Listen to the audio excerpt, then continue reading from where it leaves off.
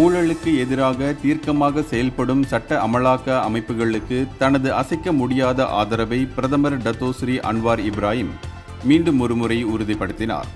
உயர்மட்ட பிரமுகர்கள் உட்பட யாருமே சட்டத்திற்கு அப்பாற்பட்டவர்கள் இல்லை என்றும் அவர் திட்டவட்டமாக கூறினார்.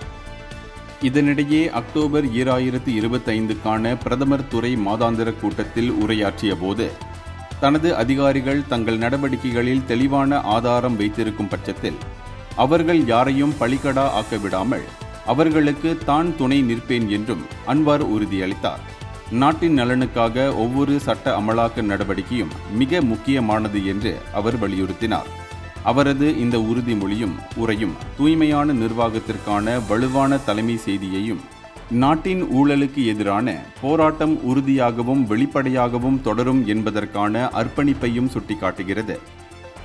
இந்தியர்களின் இதய குரல் மக்களோசை.